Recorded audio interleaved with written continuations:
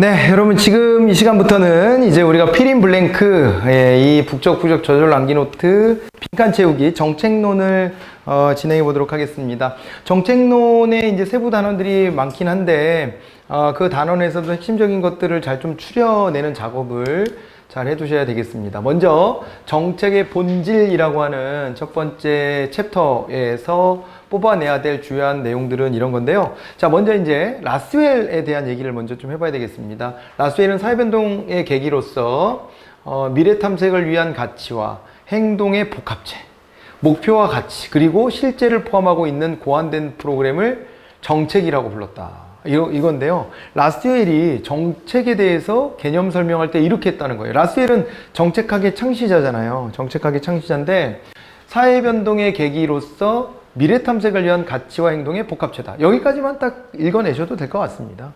이걸 정책이라고 한다. 이렇게 이제 보시면 되고, 그 안에 보면 우리가 나아가야 될 목표, 우리가 추구해야 될 가치, 그리고 현실, 이런 것들을 다 포함하고 있는 거다.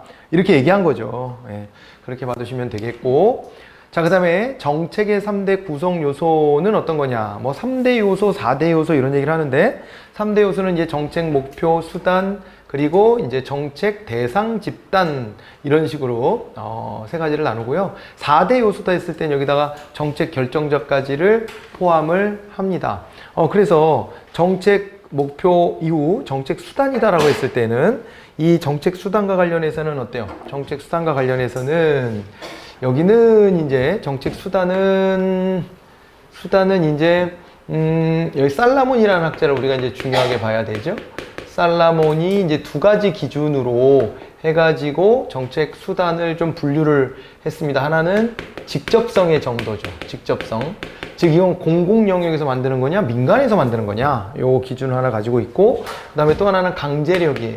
강제력으로 하냐, 아니면은 자발적으로 하냐, 이걸 가지고 이제 구분을 짓는 겁니다. 그죠? 직접성과 그 다음에 강제성, 요 구분을 이제 나눠서 보시면 되는 것이고요. 이게 높고 낮고 중간이고 뭐 이런 식으로 이제 분류를 했습니다. 그리고 이제 정책 대상 집단이다라고 하면 이거는 뭐가 되냐면은 정책 대상 집단에는 크게 두 가지가 있죠. 정책의 수혜자하고 정책의 수혜자와 그 다음에 누가 대비되는 거예요? 여기에 이제 정책의 비용 부담자가 있죠. 비용 부담자 이렇게 나눠봤던 부분이고, 그리고 이제 여기에 4대 구성 요소라고 해서 하나 더 끼워 넣은 이 정책 결정자다 그랬을 때는 여기에 이제 권력, 공권력을 가지고 정책 결정에 참여하는 공식적 정책 결정자, 공식적 결정자와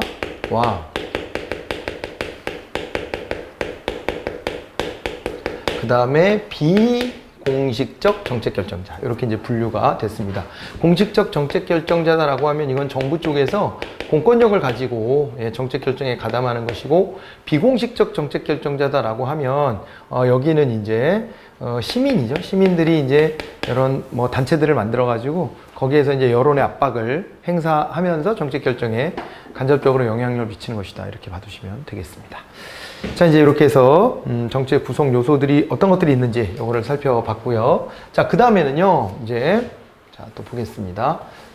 정책 대상 집단에 대한 얘기예요. 정책 대상 집단은 정책 집행으로 인해 영향을 받게 되는 개인이나 집단을 의미한다라고 되어 있습니다. 예, 그렇게 되어 있으면서 보면은 이제 정책에 뭐라고 그랬습니까? 수혜자와 비용 부담자 나눠진다 그랬죠? 앞에서 정리했던 얘기 그대로 들어와 있는 것이고요.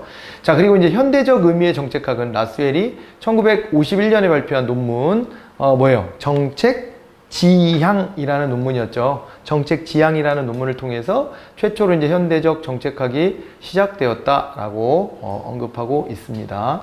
자, 그리고 그 다음에 또다시요. 라스웰의 민주주의 정책학은 정책학 연구를 통해 사회 속에서 인간이 부딪히는 근본적인 문제를 해결하여 인간의 땡땡땡을 충실히 구현한다라고 했는데, 인간의 존엄성이라고 보시면 됩니다. 그래서 이게 인본주의적인 인간 중심의 정책학이다 이런 평가를 하고 있는 거예요. 그렇게 봐두시고요. 자, 그리고 드로어가 있습니다. 드로어는요, 직관, 영감, 통찰력 등과 같은 초합리적 요인에 해당되는 비공식적이고 그 다음에 묵시적인 지식을 강조했다, 이렇게 얘기하는데요. 이 묵시적 지식이라고 하는 게 바로 초합리성하고 연결되는 거라 여기다 빈칸 한번 만들어 봤어요. 명시적, 묵시적 이런 말이 있거든요. 명시적이다 그랬을 때는 이게 어떻게 되는 거예요? 명시적이다 그러면은 이거는 눈에 보이는 거죠. 눈에 보이는 거고, 뭔가 이렇게 이 공식적인 어떤 수단을 통해 가지고 공유가 가능한 거예요. 근데 묵시적이다라고 하면 내재되어 있는 겁니다. 내재되어 있는 것이기 때문에 누구에게나 다 묵시적인 게 있겠지만 그 형태나 양상이 다 다르죠.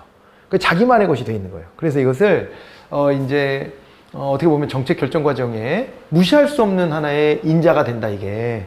예? 묵시적인 초합리성이 그렇게 이제 얘기를 했기 때문에 이 현대 정책학을 또 이제 크게 발전시킨 드로어의 경우에는 이 이제 초합리성을 강조했고 그 안에서는 묵시적 지식을 얘기했다. 그러니까 노하우, 경험치, 직관 이런 것들이 작동한다고 했잖아요, 그죠? 이런 거를 떠올려 보시고요. 그 다음에 정책의 일반적인 단계는 어떻게 되느냐 그랬는데 아젠다 세팅이란 말 딱 나와줬으니까 이거 뭐 분명하죠. 예, 요거는요, 정책 의제 설정, 여기서부터 출발해서 정책 결정, 메이킹이라는 단어를 썼습니다. 예. 그리고 이제 그 다음이 정책 집행과 정책 평가가 나와 있고, 그 다음에 정책 종결까지 이어질 수 있고요.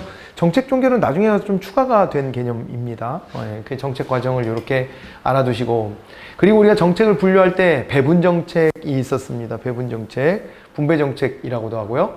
이 배분 정책에서 땡땡땡땡은 상대방이 우리 측 안건에 찬성해 줄 경우 우리도 상대방의 안건에 찬성해 주는 투표, 결탁 행위를 의미한다 그랬으니까 로그 롤링을 떠올려 보시면 됩니다. 그죠? 투표 담합 행위, 로그 롤링 또 벌어진다. 배분 정책은 어차피 우리가 가지고 있는 자원을 서로 이제 나누자 하는 차원이기 때문에요. 그렇기 때문에 이 자원을 나눌 때 그때 이제 그래, 이번에 니네가 먼저 가져가면 다음에는 우리 도와줘, 이런 식으로 해서 서로 협력을 해 나가는 이런 이제 경향이 있습니다.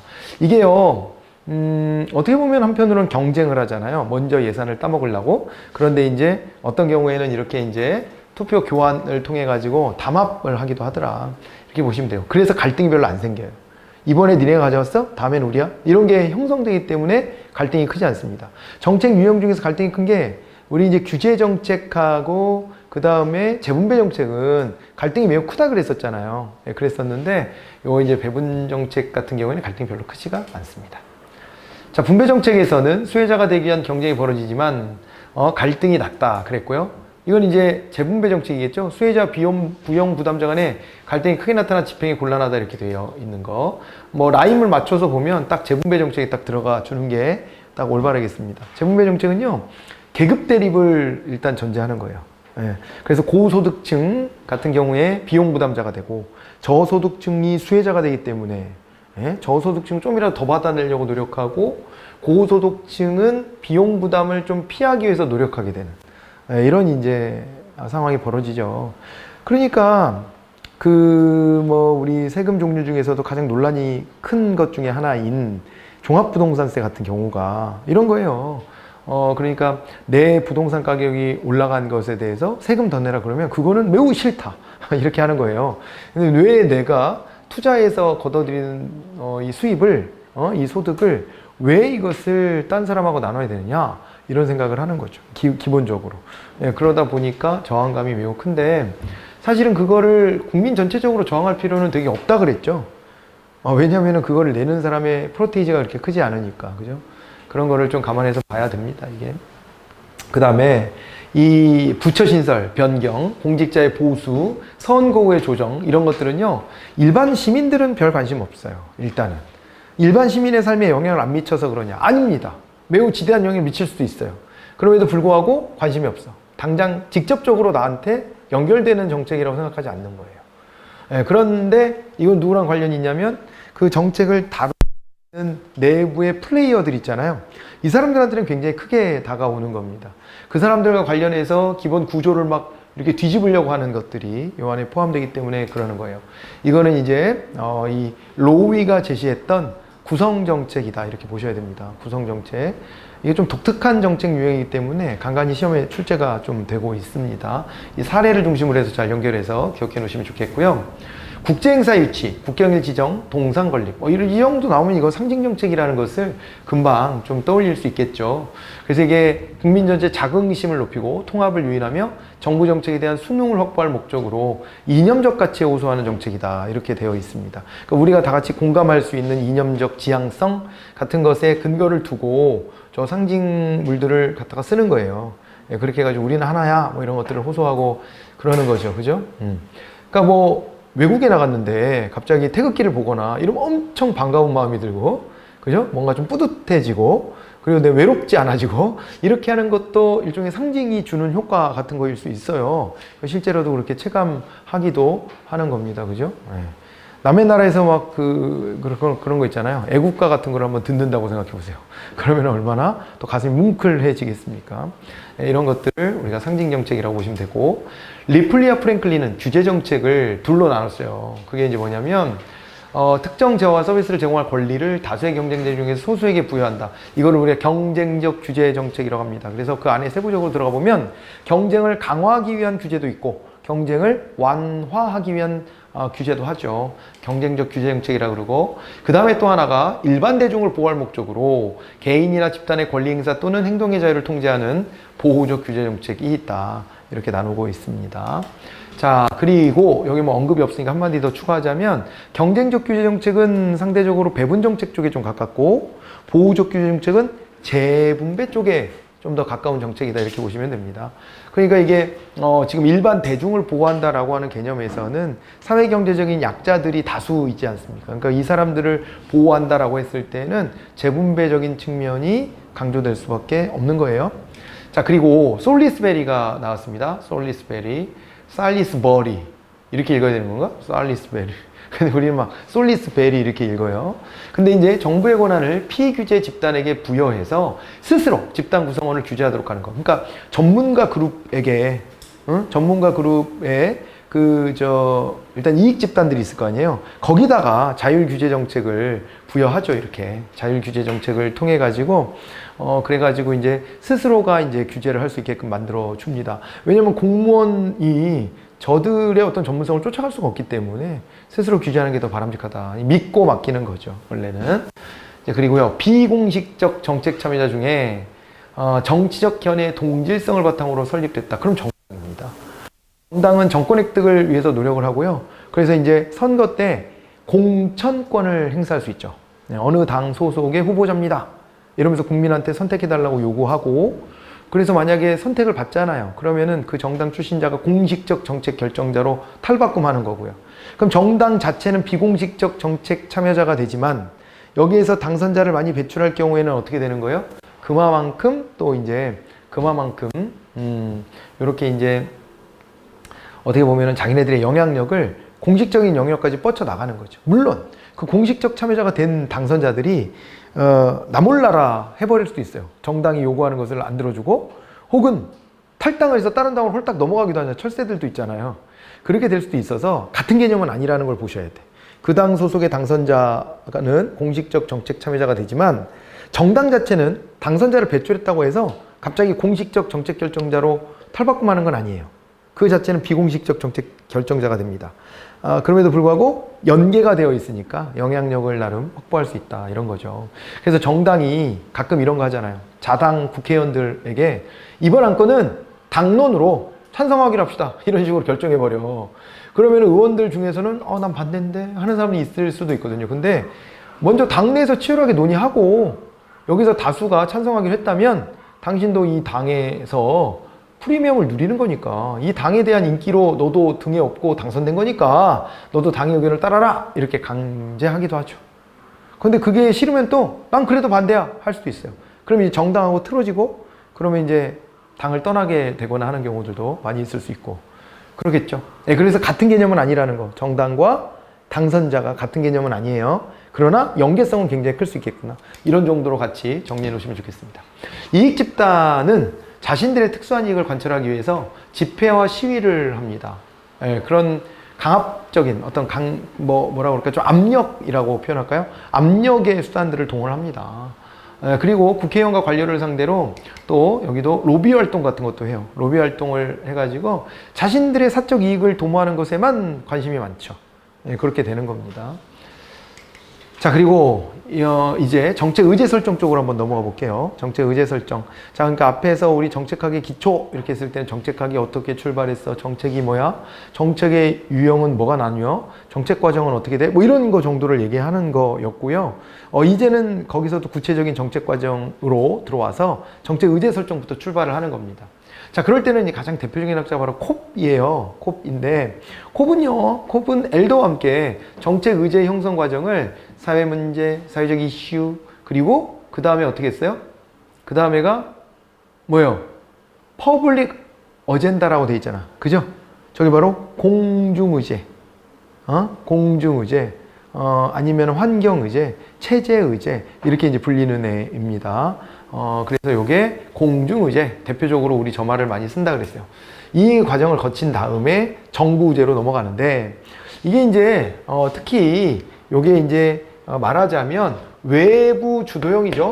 외부 주도형이 됩니다. 이 외부 주도형과 관련해서는 있잖아요. 이거를 이제 강요된 정책 문제, 이렇게도 이제 표현한다 그랬죠. 강요된 정책 문제인데, 왜 강요된 정책 문제라고 하냐? 정부 의제까지 오는 과정에서 보면 이게 지금 어떻게 된 거예요? 외부의 압박, 여론의 압박, 시민들의 압박, 이런 거예요. 그러니까 민주주의에서는 저런 힘을 무시할 수 없거든요. 그러다 보니까 정부도 알았어요 이러고 이제 받아들이게 된 거라 강요된 정책 문제, 이렇게까지 얘기를 하기도 하죠. 그러니까 외부 주도형의 모형입니다. 그 안에서 이렇게 이제 과정을 거치고 있다는 것을 봐두시면 됩니다. 공중의제, 정부의제까지 넘어오는 과정이고, 이게 거의 깔때기가 이렇게 되게 좁아지는 형태로 제가 그림을 그려서 보통 설명을 하죠. 그렇게 하는데, 사회 문제는 어마어마하게 많지만 그 중에 일부가 사회적 이슈화가 되고, 그 다음에 그 중에서 일부가 공중의제가 되고, 그 다음에 거기서 또 일부가 정부의제로 돼요. 그러니까 정부의제까지 이게 흘러 들어가기가 아예 만만한 일이 절대 아닙니다.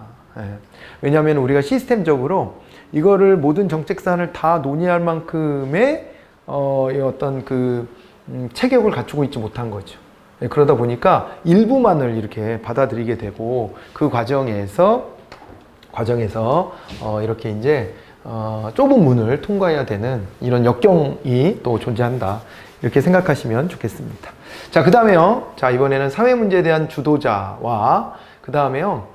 이제 이니셔터, 이렇게 돼 있잖아요. 그죠? 예, 사회 문제에 대해서 주도자와 그 다음에요, 트리거링 디바이스, 이렇게 돼 있는데, 트리거링, 이게 이제 점화장치죠. 점화장치, 촉발장치, 점화장치, 이렇게 할 수 있을 텐데, 그럴 때 이제 사회적 이슈가 되는 것이다 라고 보시면 됩니다.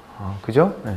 그래서 트리거링 디바이스가 있다 라고 하는 것인데, 어떤 계기가 만들어져야 됩니다. 그게 우연이든 뭐든 간에 계기가 빵 하고 터져서 사람들의 이목을 집중시킬 수 있는 사안이 돼야, 그래야 이제 이것이 사회 문제 중에서도 이슈화가 됐구나 라고 말할 수 있는 것이에요. 자, 이제 그렇게 봐두시고, 정책 결정자가 공식적 의사결정을 통해 적극적으로 관심을 갖고 진지하게 검토하기로 명백하게 밝힌 정책 의제다. 그러면 이게 정부 의제가 된 겁니다. 그래서 이 의회 의원이든 아니면 행정부의 관료든 대통령이든 누가 됐건 간에 그거 관심 갖고 챙기겠습니다 라는 말까지 나오는 게 매우 중요한 일이 되는 것이죠. 가령 이런 것도 있었어요. 여러분들이 이제 합격을 하고 나면 15 기간을 거치는데, 6개월의 15 기간을 거치거든요. 15는 아직 정식 발령 받은 건 아니고, 합격은 해가지고 이제 발령을 받긴 받았는데 약간 어설프게 받은 거야. 그래가지고 6개월 동안 이제 임시로 거기서 수습사원 같은 걸 하는 건데, 근데 이제 15 기간이 딱 끝나면 이제 15 딱지를 떼면서, 그러면서요 관례적으로 이제 정식 발령을 받을 때 15기간 뗐다고 이제 떡을 돌리는 이런 문화가 있었던 거예요. 그런데 어떤 사람이, 공무원 있는 사람이 너무 상처받았다면서 그러면서 글을 하나 이제 올린 겁니다. 그게 이제 언론을 타면서 이게 점화가 돼버렸는데, 이거를 나름 신경 써서 한다고 없는 살림에 해서 돌렸는데 누가 이걸 쓰레기통에 버렸더라. 너무 상처받았다, 이런 글을 올렸고요. 그거를 보고 어떤 국회의원이요, 예, 행안부 장관한테 질의할 때 그 상임위원회 활동하면서 그런 얘기를 한 거예요. 이거 들어보셨냐? 이런 관행이 있는 거 알고 계시냐? 물어보고. 근데 최근에 이런 기사가 떴다. 이거 좀 잘못된 악습 아니냐 그러면. 괜한 부담을 주고 이렇게 하는 거 아니냐. 그럼 이거 좀 없애야 되는 것 같은데 본 의원은 그렇게 생각하는데 어떠세요? 장관님도 동의하십니까? 그러니까 장관이 그럼 당연히 뭐라 그러겠어요? 아, 예, 철저히 제가 확인해보고 이런 이제 문화가 이제 악습이라면 이거를 이제 바로잡도록 하겠습니다. 이렇게 답을 구해내는 거예요. 그렇게 하면 그게 바로 뭐가 된 거예요? 이게 정부 의제로 받아들여진 겁니다. 지금 이제. 그렇죠? 정부 의제로 받아들여져서 아마 없어졌을 것 같은데? 그 다음에 제가 물어보고 확인하지는 않았는데 학교생들한테 확인 안 해봤지만 없어졌을 거예요. 장관이 국회에 나와가지고 그렇게까지 대답을 했는데 이거 뭐 어려운 일도 아니고요. 공문 하나 내려보내면 되거든요. 하지 마라 이렇게 내려보내면 끝나. 그러면 하지 마세요. 하지 마세요. 그러면 이제 그 말은 다 따를 겁니다. 오고 가는 정은 없지. 처음에는 좋은 의도로 시작했을 텐데 나 지도해주고 해서 고맙습니다 라는 의미로 이렇게 해주던 것이 시간이 지나면 이게 딱 형식화가 되는 거예요. 그렇게 되고, 그리고 예의 없는 사람들은 있게 마련이잖아. 그래도 누가 이렇게 먹을 걸 줬는데 그걸 갖다가 자기 먹기 싫다고 쓰레기통에다 버리는 놈이 어딨어. 인격이 부족한 놈이지 이게. 그렇지 않아? 그리고 쓰레기통에다 버리든 집에 갖고 가서 버리든가. 안 먹을 거면 안 먹을 사람도 있겠지. 나 싫어하는 종류다 이럴 수도 있잖아요. 그런 사람도 있을 수 있는데 예의 없이 한 거고 그게 또 마침 또 눈에 띄었고, 그러다 보니까 이게 우연한 계기에 촉발이 돼가지고 정부 의제까지 들어가서 여러분들은 부담이 좀 줄어드는, 그 스트레스 받는다고요. 이거 어느 정도 수준으로 해야 될지 이런 스트레스인데 그런 것들이 좀 사라졌다 뭐 이런 거네요. 자, 그리고 그 사례 한번 들어보고요. 이거는 무슨 모형일까? 자, 정부 내에 정책 결정자들의 주도로 채택된대요. 정부에 PR이 나왔어. PR 나왔으면 이건 끝난 겁니다. 게임이. 이거는 이제 동원 모형이죠. 동원 모형입니다. 정부가 정부 의제로 먼저 채택한 다음에 PR을 통해 가지고 공중 의제화하는 것입니다. 동원 모형인데 후진국에서 많이 쓰는 거고 또 후진국만 쓰는 건 아닙니다. 근데 선진국에서는 잘 안 먹혀. 정부가 그죠? 국민들한테 이거 관심 가져주세요 막 이런다고 관심을 갑자기 확 갖고 그러질 않아. 이제 말을 안 들어먹습니다. 이제.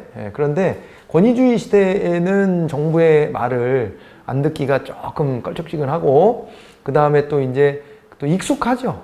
동원 모형이 익숙하고 정부 주도로 좀 쫓아가는 경향이 매우 강하기 때문에 그런 사회에서 많이 나타나는 방식입니다. 우리나라도 산하 제한 정책이라든가 새마을운동 같은 게 아주 대표적인 동원 모형에 해당된다. 그렇게 말씀을 드렸었어요. 그죠? 그런 거고. 그리고 옛날에는 그런 것도 많았다. 참. 국민을 동원하는 방식도 참 많았는데 아무튼 뭐 그런 얘기까지 하지 말고 일단 뭐 정책적으로는 그런 모형들이 있었고, 그 다음에 이번에는요, 동원 모형은 정부가 문제 해결 방침을 먼저 결정하는 방식이므로 논쟁의 주도자가 국가예요. 그 대중의 지지가 낮을 때 나타나는 거고요. 이거를 조금 이제 달리해서 어떤 경우에는 대중의 지지가 높은 경우도 있어. 비슷한데 그런 것은 일단은 코비 제시는 안 했고, 그죠? 그래서 메이라는 학자가 하나를 더 덧붙였죠. 그래가지고 그거 같은 경우에는 이제 굳히기 모형이라 그래가지고 굳히기 모형 해가지고 정부가 일단은 막 동원형 비슷하게 가는데 마침 대중의 지지가 높아요. 그러면 그냥 그거대로 그냥 밀어붙여버리면 끝나. 그렇죠? 그런데 동원 모형에서는 왜 굳이 PR이라고 하는 게 강조되냐? 대중의 지지가 일단 낮았기 때문에 대중의 지지를 끌어내기 위한 의사소통이 필요한 거예요. 그래서 이제 PR까지 들어가 있다 이렇게 봐주시면 되겠습니다.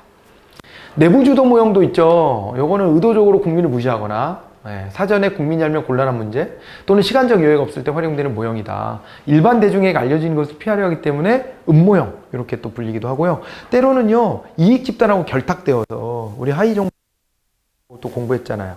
그러니까 그렇게 결탁돼 가지고 자기들끼리 그냥 조용히 넘어가려고 하는 경우도 있어서 음모형이라는 말로도 불리기도 합니다. 그리고 미엘스가 나왔는데요. 미엘스는 과두제 철칙을 제시했던 학자죠. 그래서 이 소수의 지도자들이 기득권 보호에 집착함에 따라 목적과 수단의 우위성이 뒤바뀌는 목표 전환 현상을 지적했다. 목표 전환의 원인이 한 가지예요. 그러니까 목표가 전환되는 이유가 여러 가지인데 그 중에 하나가 이제 미엘스의 과두제 철칙도 꼽아볼 수가 있다는 겁니다.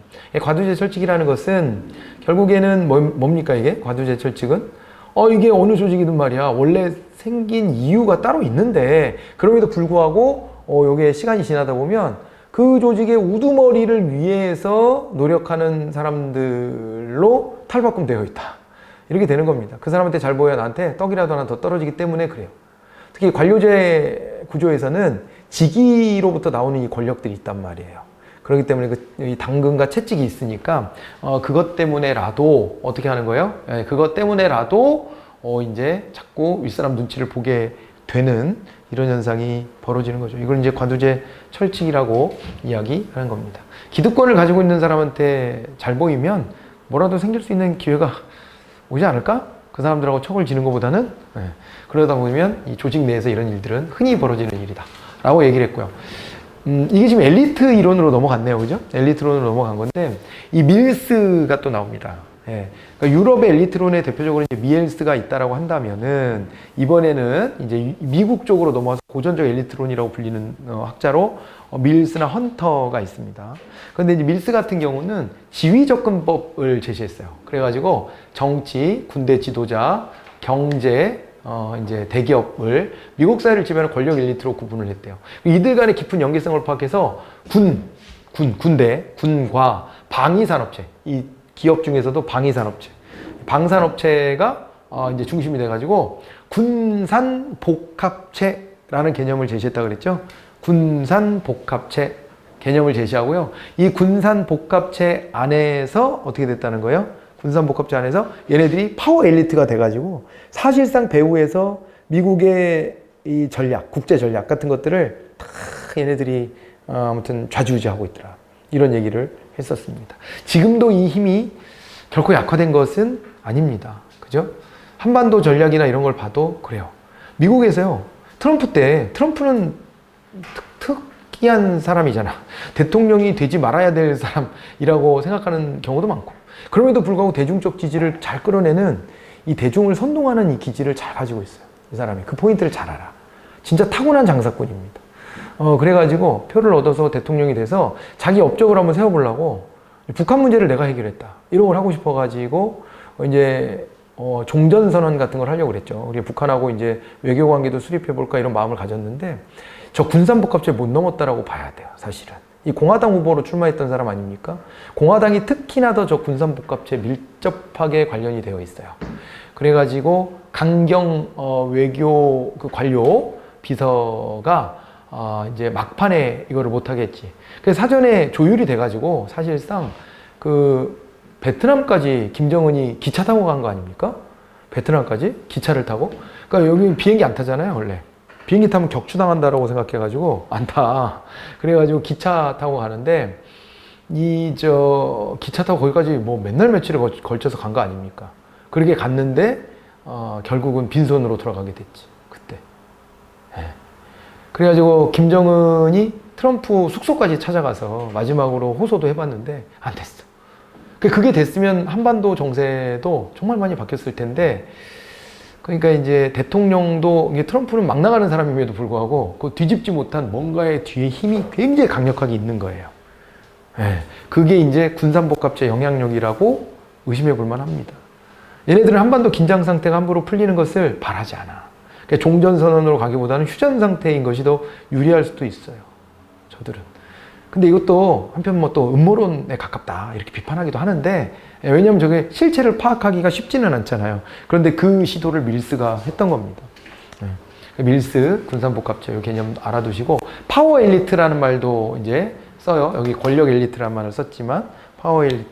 책 제목 자체가 파워 엘리트라고 했었죠. 이랬었고요. 지휘접근법 보시고. 그 다음에 헌터. 헌터는 이제 지역사회에서 그 배후에 있는 경제 엘리트들이 어떻게 이제 의회를 움직이는지 이런 것들을 이제 분석을 했던 겁니다. 그래갖고 애틀란타시를 대상으로 해서 연구를 실시해서 지역사회 엘리트들이 강한 응집성을 바탕으로 이른바 담배 연기 자욱한 방에서 정책을 결정하고 이를 조용한 일반 대중이 그대로 수용한다. 그러니까 이게 형식적으로 의회도 거쳐야 되긴 해요. 거쳐야 되는데, 그래서 담배 연기 자욱한 방에 의회에서 영향력을 좀 갖는 정치인들도 들어와 있어. 들어와 있긴 한데, 일부가 들어와 있긴 한데, 주로 이게 많은 게 누구라 그랬냐면 경제 엘리트가 더 많더라. 비중이. 이런 얘기를 했단 말이에요. 예, 그런 것들 같이 봐두시면 되고요. 이걸 명성접근법이다. 우리가 그렇게 얘기하죠. 자, 그리고 1950년대 미국 사회에서 활발하게 논의된 통치 엘리트론에 대한 다알 등의 다원론자들의 비판에 대한 재반박으로 이제 신엘리트론이 등장했죠. 사실은 이제 이런 엘리트론들은 누구의 반박을 받았냐? 다원주의론자들의 반박을 받은 거예요. 그죠? 다원론자들 입장에서 봤을 때는 이게 말이 안 돼. 그 소수 엘리트도 결국에는 다수 대중의 눈치를 살필 수밖에 없고 엘리트들도 일원화되어 있는 것도 아니다. 그러니까 엘리트들조차도 이게 대중들의 마음을 살려고 노력할 것이기 때문에 그렇기 때문에 결국엔 이익 집단이 더 중요해 라는 식의 입장을 가지고 있었던 게 다원주의자들이란 말이에요. 그런데 이거에 대해 가지고 이제 반박하면서 신엘리트론이 등장했다. 이렇게 보시면 됩니다. 네. 바흐라흐, 바라츠, 무의사 결정론 이렇게 얘기하는 거였죠. 자, 나옵니다. 이제 바흐라흐와 바라츠는 1962년 권력의 두 얼굴을 통해 엘리트들은 정책 의제의 채택 과정에서 뿐만 아니라 정책의 집행 과정에서도 권력을 동원하여 특정한 의제를 배제시키려는 무의사 결정을 하려 한다. 이렇게 찾아내시면 됩니다. Two Phases of Power. 논문 제목으로 되게 많이 쓴다 그랬죠? 이제 여기서 파워만 바꾸는 거지. 논문 제목이 Two Phases of 땡땡 이런 식으로 이게 유행을 일으킬 정도로 굉장히 중요한 연구로 각광을 받고 있고 그래서 우리 시험에서도 어마어마하게 많이 출제가 된다. 근데 무의사 결정은요 애시당초부터 그냥 모른 채 하는 거죠. 못 들은 척. 그래서 이게 이제 유의하셔야 될 게 엘리트들이 무능해서 그런 거냐? 전혀 그렇지 않습니다. 엘리트들이 무능해서 그런 것이 아니라 엘리트들이 사실은 똑똑해. 네. 그래서 자기네 기득권을 놓치고 싶지 않아. 그래서 어떻게 하는 거예요? 그래가지고, 이제 일부러, 모르는 척 하는 겁니다. 저게 자기네들한테 아는 척 해봐야 안 좋은 결과만 가져올 것이기 때문에 모른 척 하고. 그런데 저게 선거나 이런 때 계기가 되면 그 촉발 계기가 있어서 이게 의제화 되는 경우도 있다 그랬잖아요. 어쩔 수 없이 밀려서 의제화가 되고 정책 결정에까지 이어지면 쫓아다니면서 어떻게 한다?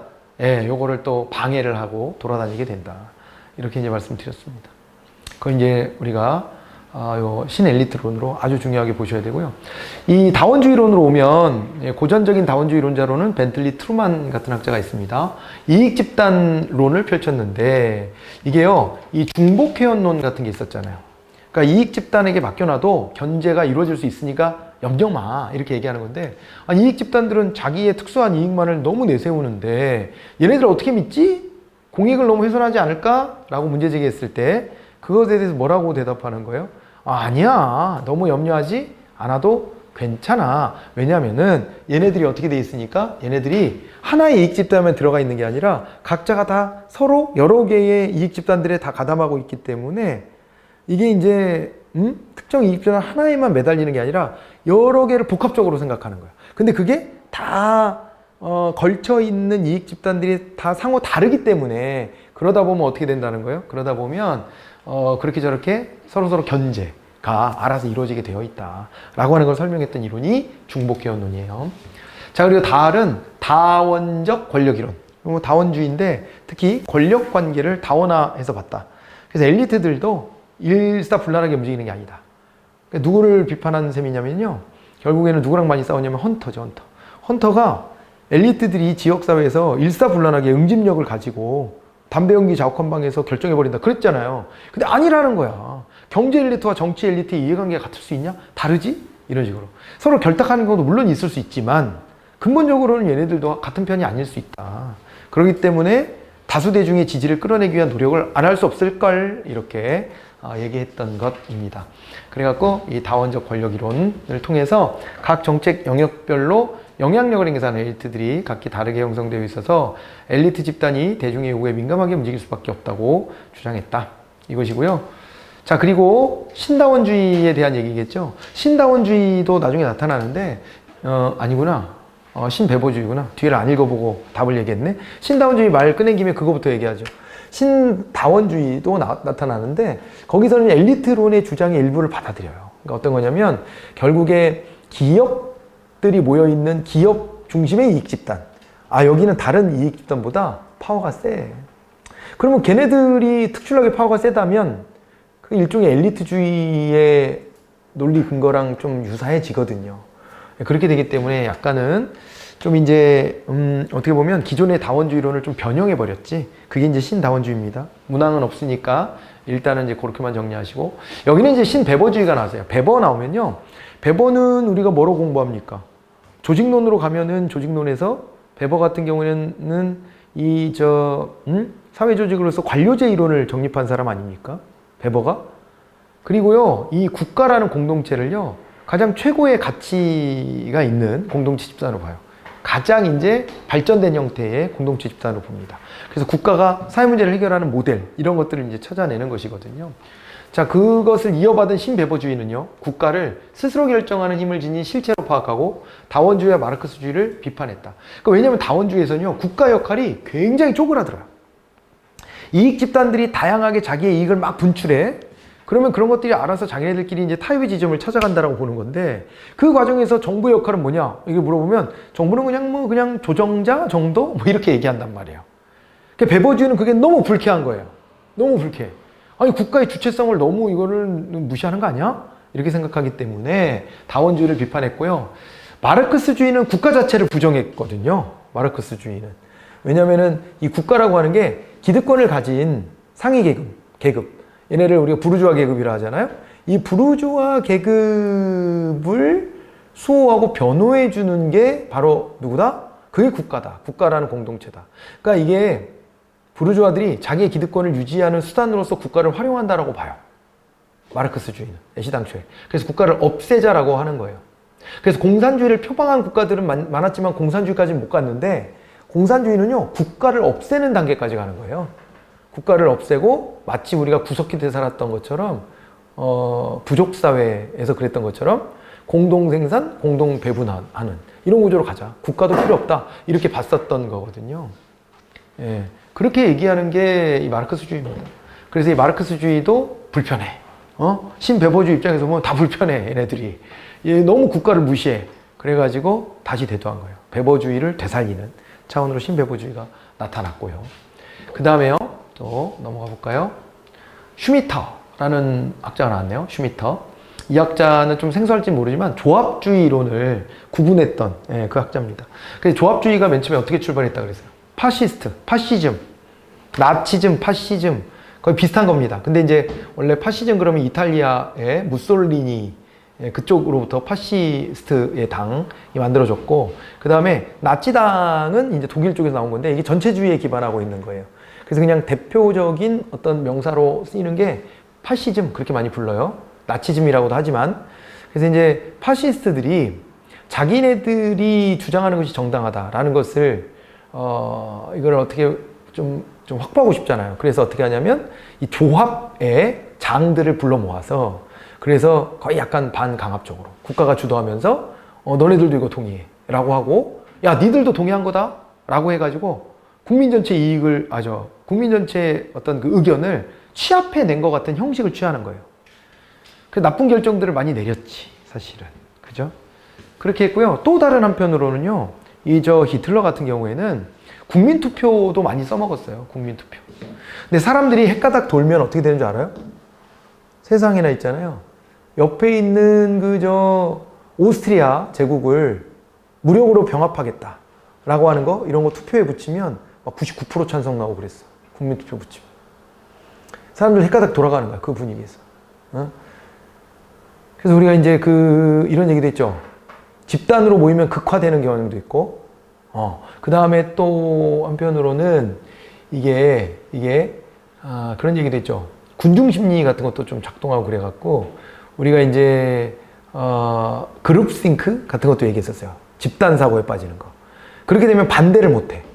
그런 분위기가 되잖아요? 그러면은, 하는 속에서 그렇게 돼. 독일 사람들이 과연 멍청하냐? 아니잖아요. 전혀. 그러지 않지만은, 저때 분위기는 그렇게 휩쓸려 갔던 거예요. 그때 이랬거든요. 자기네를 제외한 맞서고 있는 나라들 있잖아요. 걔네들이 독일을 탄압한다. 이런 걸 명분으로 내세우니까 그런 것까지 맞물려가지고 막 먹히는 거예요. 그게. 무섭습니다. 그래서 그런 이 나치당 같은 애들이 추구했던 것 중에 이제 국가조합주의라는 게 있었다는 거예요. 슈미터가 저런 식으로 이름을 붙인 거예요. 그런데 이제 2차 세계대전이 끝났죠? 예, 끝나고 히틀러는 자살하고 끝나고 그렇게 됐는데 2차 세계대전 이후 3자 협의체를 중심으로 한 이건 사회조합주의인데 여기서 3자는 누구냐? 3자 궁금하잖아. 이게 이제 결국에 말하자면 노, 사, 정이에요. 노동자, 사용자, 정부 이렇게 되는 겁니다. 노동자, 사용자, 정부. 그래서 우리나라도 노사정위원회라는 걸 김대중 정부 때 만들어서 한번 사회적 대타협을 이룬 바가 있고요. 그리고 이제 문재인 정부 때는 이름을 좀 바꿨습니다.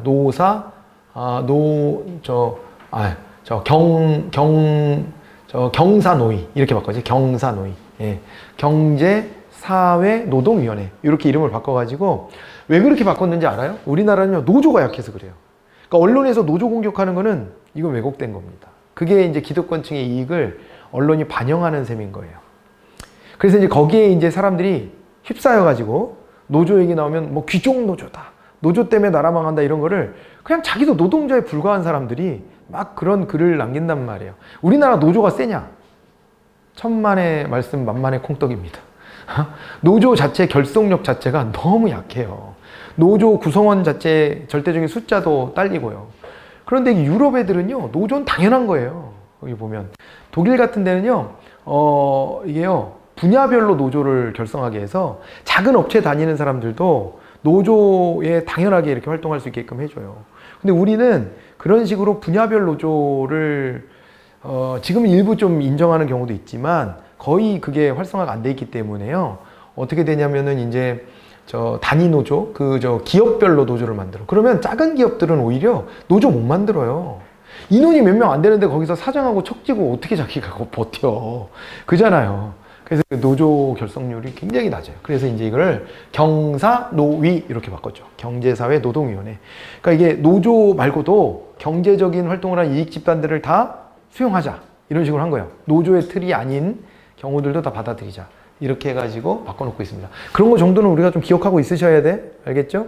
그런 활동을 하고 있는데 이렇게 해서 사회적 합의를 이끌어내는 것을 우리가 이제 사회조합주의다 이런 말을 쓰는 거고요. 신조합주의는 뭐라 그랬어요? 신조합주의다 그랬을 때는 여기서는 이제 신조합주의는 다국적 기업까지를 포함하는 거였죠. 다국적 기업을 포함하는 개념으로서 신조합주의가 나타나기도 했다. 왜냐하면 이제 글로벌화가 됐기 때문에 내부에서의 노사, 정 정도만 모여서는 안 되고 조합주의를 제대로 하려면 다국적 기업까지도 같이 손을 잡아야 되는 거 아니냐 이렇게 이제 바뀐 겁니다. 그렇게 살펴보시고 신조합주의 이렇게 나왔네요. 그죠? 그래서 여기에 다국적 기업 얘기가 바로 이제 있네요. 괜히 썼네. 자, 그래서 다국적 기업도 인정하는 것으로 보시고 정책 네트워크 모형. 자, 이번에는요. 의제 설정 과정에 누가 주도하냐 했을 때 엘리트냐 다원주의냐 논의도 있지만 다른 한편으로 보면은 야 그게 어떤 독자적인 하나의 주체만 나서서 될 문제가 아니야. 여러 가지 힘을 모으는 거야. 이런 식의 이제 이론들이 나와요. 그걸 이제 정책 네트워크 모형이라고 그러죠. 1960년대 하위 정보론이 있었고요. 이게 미국에서 이걸 비판하면서 1970년대 후반 이슈 네트워크 이론이 나왔고 1990년대 영국으로 가면은요. 여기는 이제 뭐가 돼요? 정책 커뮤니티. 다른 말로는 정책 커뮤니티 정책 공동체 이렇게도 불러요. 그래서 글자 수가 몇 개야? 5개야? 그러면 정책 공동체라고 쓰면 되겠네. 그죠? 그래서 이게 정책 공동체의 모형으로 전개됐다. 이렇게 봐두시면 됩니다. 상호 비교하는 문제들이 많이 출제가 됩니다. 이슈 네트워크 이론은 1978년 미국에서 요거는요 해클로가 하위 정보 모형의 폐쇄적인 상호작용 구조를 비판했다. 하위 정보 모형은요 정말 폐쇄적이거든요. 그러니까 특정 이익 집단과 그들의 로비를 받은 이제 의회 의원들 그리고 관료 일부 이렇게 하고 결탁돼서 조용하게 얘네들이 다 잊혀먹는다 이거거든요. 계속 꾸준히. 근데 이거는 이 민주주의적인 어떤 의사결정 논의 구조를 너무 무시한 것이다. 이렇게 하면서 해클로가 이슈 네트워크 이론을 제시했다. 이렇게 보시면 됩니다. 그래서 개방적이고 유동적인 참여자들 간의 상호작용 현상을 설명하기 위해서 이슈 네트워크 이론을 제안했다. 이렇게 봐두시면 되겠습니다. 그리고 이슈 네트워크의 참여자 사이에 갈등이 발생하고 지배적 집단에 의해서 이게 어떻게 됩니까? 무슨 게임이 벌어진다 그랬어요? 이슈 네트워크 안에서는요. 여기서는 이제 제로섬 게임이에요.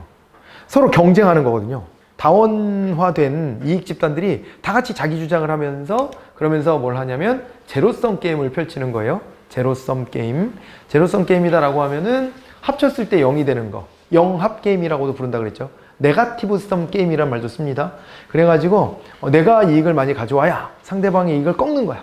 그래서 아니지. 거꾸로 말할까? 상대방의 이익을 꺾어야 내 이익이 커지는 거예요. 그래서 상대방 이익을 존중했다가는 내 이익을 챙기기가 어려워. 그렇게 가는 거거든요.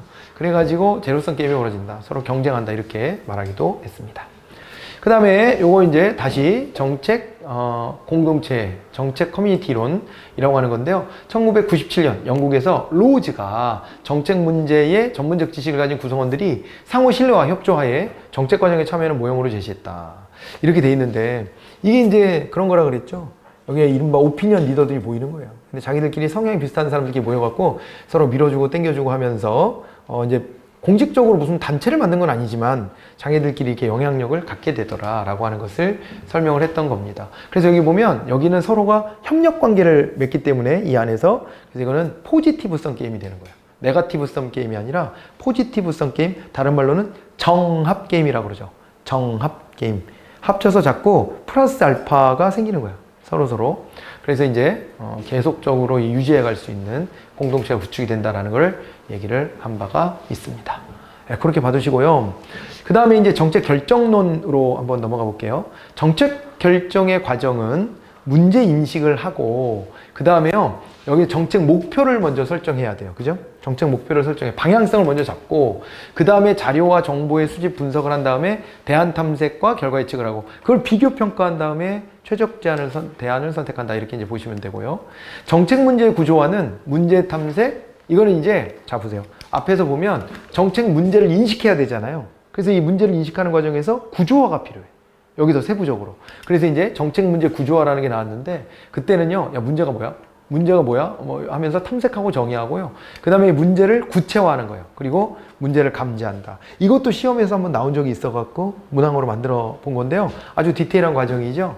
그런데 이제 정책 문제를 파악할 때 이런 순서로 쫓아가게 된다라고 하는 것을 들여다보시면 되겠습니다. 자, 그 다음에 정책 문제의 구조와 기법도 있거든요. 경계를 이렇게 나누는 거, 그 다음에 분류해 보는 거 이렇게, 그리고 계층을 이제 층위를 나누는 것과 그 다음에 이제 일부러 영어까지 써드렸는데 저거는 이제 유추죠. 유추 분석과 가정 분석 같은 게 있습니다. 이런 종류들이 있는 것도 한번 확인해 보시고 정책 목표 설정으로 한번 가볼까요? 자, 이것은 행정학 이론 중에서도 대표적으로 어디서 강조가 되냐 그랬는데 발전행정론에서 특히 강조된다는 것을 참고 삼아서 한번 봐주세요. 우리가 발전행정론은 정부가 목표를 수립하고 그죠? 정부가 목표를 제시하잖아요. 그리고 이거 달성을 위해서 정부가 막 동원을 하는 거야, 국민들을. 그래가지고 목표 달성도를 중시하는 효과성에 매달리는 그런 개념이 발전행정론이잖아요. 우리도 그렇게 했던 거예요. 박정희 정부 때 목표를 정부가 제시하고 그 목표에 맞춰가지고 어떻게든 결과를 만들어내기 위해서 쥐어짰지. 쥐어짜고 그렇게 하면서 경제성장률을 매우 빠르게 끌고 왔는데 그런 게 바로 뭡니까? 정책 목표 설정을 이제 굉장히 강조했던 그런 이론이라고 볼 수 있는 것 아니겠어요? 그죠? 그렇게 살펴보시고 그 다음에 엣지오니에 의한 목표와 조직 유형에 따르면 자 우리 엣지오니가 또 조직의 유형을 또 나눴었잖아요. 거기에 따르면 정책 목표라는 것도 좀 연계가 되거든요.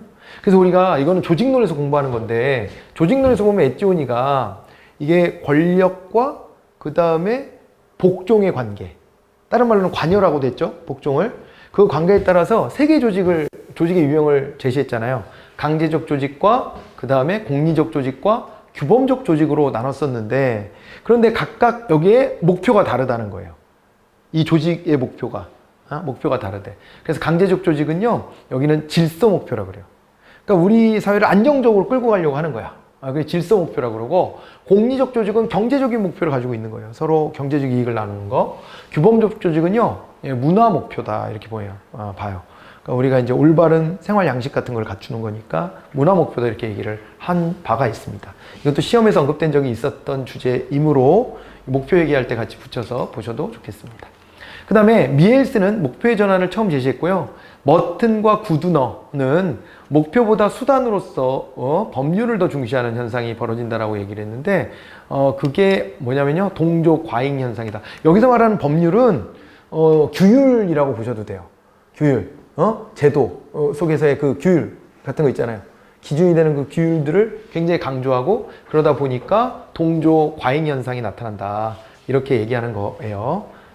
내부 규율을 너무 엄격한 규율을 따르다 보니까 그러다 보니까 원래 목표를 이뤘다는 건데, 공무원들이 보통 기준으로 삼는 건 법령이니까요. 그죠? 내부 규율화되어 있는 게 법령이잖아요. 법령 기준이니까 여기서 이제 법률을 더 중시한다. 목표보다 수단으로서의 법률을 더 중시한다. 이렇게 이제 말하고 있는 겁니다.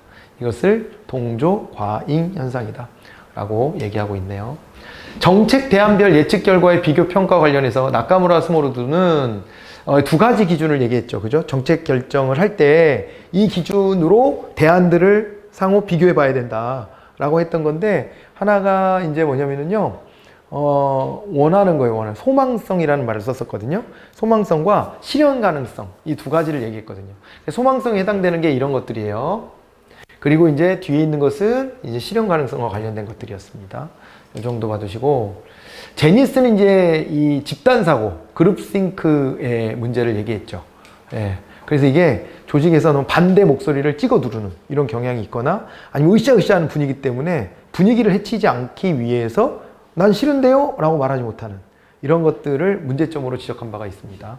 얘도 간간히 시험 출제가 됩니다. 알아두셔야 되고. 자, 그 다음에 정책결정 모형 중에 사이버네틱스 모형이라는 게 있었습니다. 얘는 합리성이라는 걸 완전 벗어나서 휴리스틱이라는 개념을 제시하는 거잖아요. 그러니까 우리도 어떻게 보면 자동온도 조절 장치처럼 프로그래밍 돼 있는 게 있는 거야, 이미. 그래서 내가 이성의 힘으로 막 판단을 그때그때 내리는 거라기보다는 프로그램 되어 있는 대로 그냥 움직이는 거. 습관적으로 움직이고. 이렇게 하는 경향이 있다는 것을 이야기합니다. 예, 사이버네틱스 모형에서는. 그래갖고 자꾸 이제 시행착오를 거치면서 시행착오적 경험 같은 것들을 통해 가지고, 그래가지고 자꾸 학습하면서 그 지점을 찾아가는 거예요. 내가 이렇게 하는 게 가장 바람직하더라 라는 걸 찾아가는 거예요. 제 아는 분이요, 자기 딸이 어릴 때, 아기 때 자꾸 뜨거운 걸 만지려고 그러더래. 예, 그래가지고 이 사람도 참 잔인한 사람이야. 뜨거운 걸 자꾸 만지려고 그러길래 되지 않을 정도로 좀 따뜻한 거, 그 물을 갖다가 팔에다가 확 부어버렸대. 그랬더니 막 울고 난리가 났는데, 그런데 이제 그다음부터는 그 뜨거운 거를 경계하더라. 이런 건데, 그게 학습을 한 거예요. 시행착오적 학습. 네, 그걸 한 거지. 경험을 해보고, 야, 저런 건 위험해 라고 하는 걸 자기도 모르게 그냥 감각적으로 판단하는 거예요, 이제. 기준이 이제 수립이 되는 거지. 이런 것들을 이야기하는 이론이라고 보시면 됩니다. 그래서 합리 모형하고 완전 정반대다, 이렇게 얘기를 했어요. 합리성을 전혀 언급하지 않는 그 모형이 사이버네틱스 모형이었습니다. 들어오는 이제 초합리성을 얘기했죠. 그죠? 이 초합리성을 얘기하면서 최종 모형을 제시했어요. 합리 모형을 따르면서도 초합리성까지 같이 봐야 돼. 이런 얘기를 했었고요.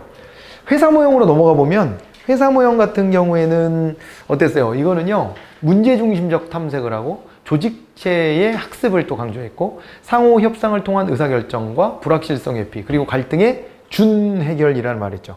갈등이 벌어질 때 이거를 완벽하게 해결하는 건 불가능하다고 봐요. 하위 조직 간의 갈등과 대립이 있기 때문에. 그렇지만은 갈등을 또 아예 해결을 안 해버리면은 그러면 큰일 나. 왜냐면은 전체 조직이 흔들리니까. 그래가지고 갈등을 준해결하고 넘어가려고 한다. 그리고 그래서 좀 위기의 순간을 피하려고 하죠. 얘네들은 불확실성의 회피를 합니다. 그걸 위해 가지고 SOP 같은 걸 잘 만들어 놓죠. 그래서 SOP를 기준으로 해가지고 갈등을 준해결하고 지나가고 뭐 그렇게 합니다.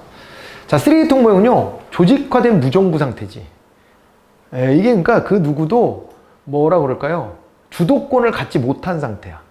그런 상태 속에서 나타난 몇 가지 흐름에 의해서 우연히 정책이 이루어진다. 그 몇 가지 흐름이라는 게 기회의 흐름, 뭐 그리고 또 해결책의 흐름, 그리고 또 참여자의 흐름, 그리고 거기다가 문제의 흐름, 이렇게 네 가지를 얘기한 바가 있죠. 그렇게 보셔야 돼요. 이게 나왔네요. 문제의 흐름, 해결책의 흐름, 참여자의 흐름, 그 다음에 기회의 흐름까지. 네 가지 요소가 우연히 합쳐졌을 때, 그럴 때 그 쓰레기통 속에서도 뭔가가 결정될 수 있다. 이렇게 얘기를 했습니다. 킹던이 정책결정론인 쓰레기통 모형을 변형시켜서 정책 의제 설정에 적용한 이론은 바로 이제 정책창 모형이라고 하고요. 네 글자로는 정책 흐름 모형이라고도 불러요. 그렇게도 부릅니다. 정책창 모형이라고 하는 거 봐두시면 되고요. 앨리스는 세 가지의 이 정책결정 유형이 동시다발적으로 나타났다. 이렇게 이제 봤던 거죠.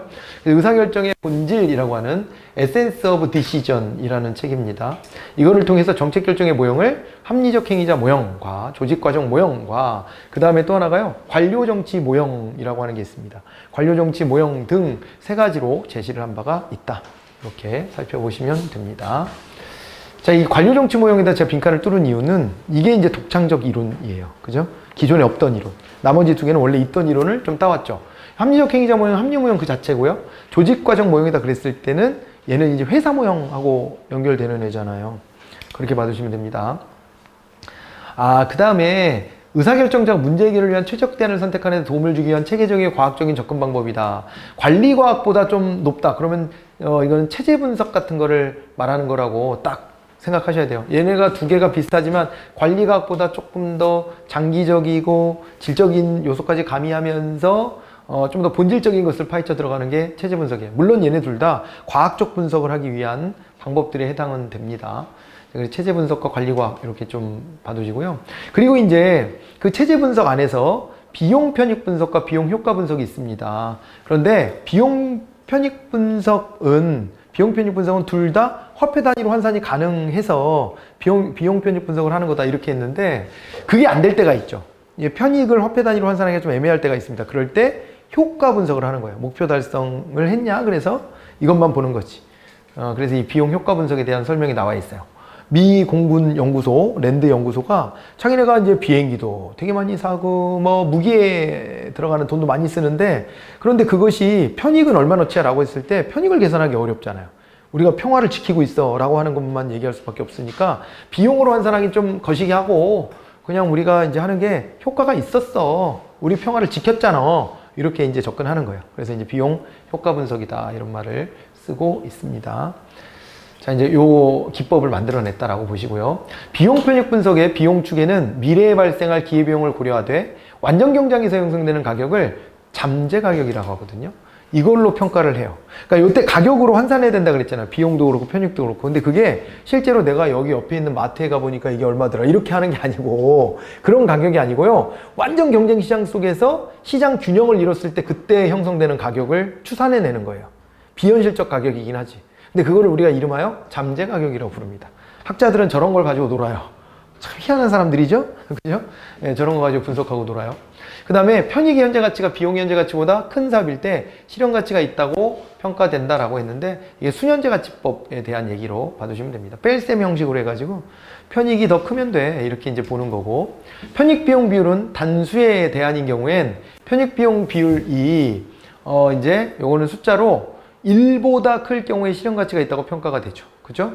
1보다 크다고. 그리고 이제 복수에 대한인 경우에는 뭐 그 중에서 더 큰 숫자를 보이고 있는 게 유리한 거다 이렇게 보고 있습니다. 최소 1은 돼야 편익이 비용보다 크다 이렇게 볼 수는 있는 거죠. 자, 그리고 사업평가에 적용할 적절한 할인율이 알려져 있지 않을 때는 내부 수익률법을 쓴다 얘기를 했습니다. 그래서 기대 수익률이 필수 수익률보다 클 때 투자 채택이 가능하다 이런 얘기를 우리가 한 바가 있습니다. 좀 어렵지만 또 미래예측 기법은 양적 기법인 투사와 예견 그리고 질적 기법을 우리가 이제 추측이라고 얘기를 했죠. 이 세 가지 기법으로 나눠서 접근해 봤었고요. 그리고 이제 현재까지의 역사적 경향을 귀납적 논리에 입각해서 장래로 연결하는 방법을 우리가 투사라고 해요. 네, 투사. 그래서 요거는 추세법 같은 거를 따른다. 시계열 분석 추세법 같은 걸 따른다 그랬었고 그리고요 또 이제 자, 투사의 대표적인 방법으로 여기 지금 이제 회귀 분석이 있습니다. 회귀 분석은 아니고 이 외사법이고요. 여기 끊어서 가야죠. 이건 잘못됐지. 아까 이제 말씀드렸던 거 추세법을 따르게 말하면 외사법이라 그래요. 그리고 회귀 분석은 이거는 원인 변수가 되는 x 변수를 넣어서 종속 변수 값인 y 값을 찾아내는 거라 예견에 해당되는 거죠. 이거는 그죠? 예견의 대표적인 케이스로 회귀 분석이 있다. 이렇게 보셔야 되고 집단적 문제 해결에 참여하는 개인들이 개별적으로 해결 방안을 구상하고 이에 대한 제한적인 집단적 토론을 거친 다음에 해결 방안에서 표결을 한다 그랬을 때는 명목 집단 기법이라고 우리가 얘기를 했었어요. 네, 이것은 이제 아까 봤던 투사, 예견, 추측 중에 추측 정도에 해당되는 이제 질적 기법의 한 가지입니다. 명목 집단 기법. 그렇게 보시고요. 변증법적 토론은 일부러 반대하는 사람들을 지정해가지고, 그래가지고, 접근하는 거라, 요거를 이제 지명 반론자 기법이라고도 부르죠. 그러니까 반론자를 일부러 지명해서 찬반을 나눠갖고 막 토론을 해서 장단점을 모색해 보는 겁니다. 지명 반론자 기법이라고도 한다.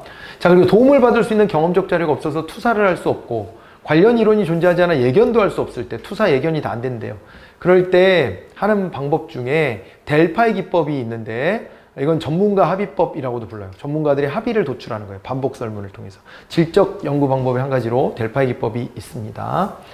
자, 그리고요, 이거는요, 델파이를 응용해서 정책 델파이 기법이라는 게 있거든요. 이거는 이제 델파이가 철저한 익명성에 기대서 반복 설문을 해가지고 전문가 합의를 도출한다면, 정책 델파이 기법 같은 경우에는 정책적 대립각을 일부러 부각시켜가지고 싸움을 부추겨. 그러려고요, 처음에는 익명성을 보장하다가 중간쯤 돼가지고 익명성 없애버려요. 그럼 이제 지금까지 자기가 주장했던 것이 옳다라는 걸 막 말하고 싶으니까 그 과정에서 이제 크게 갈등이 이제 부각되겠죠. 그렇게 해가지고 좋은 정책 대안을 모색하려고 하는 기법이 정책 델파이 기법이다. 이렇게 보시면 됩니다. 브레인스토밍 같은 경우에는요, 비판이 금지되는 거죠.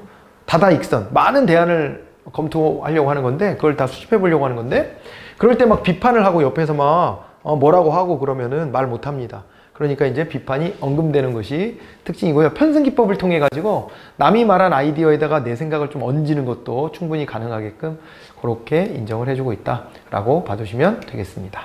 자, 정책 집행론을 잠깐 끊어서 가보도록 할게요. 네, 잠깐 쉬었다가 2탄으로 돌아오겠습니다.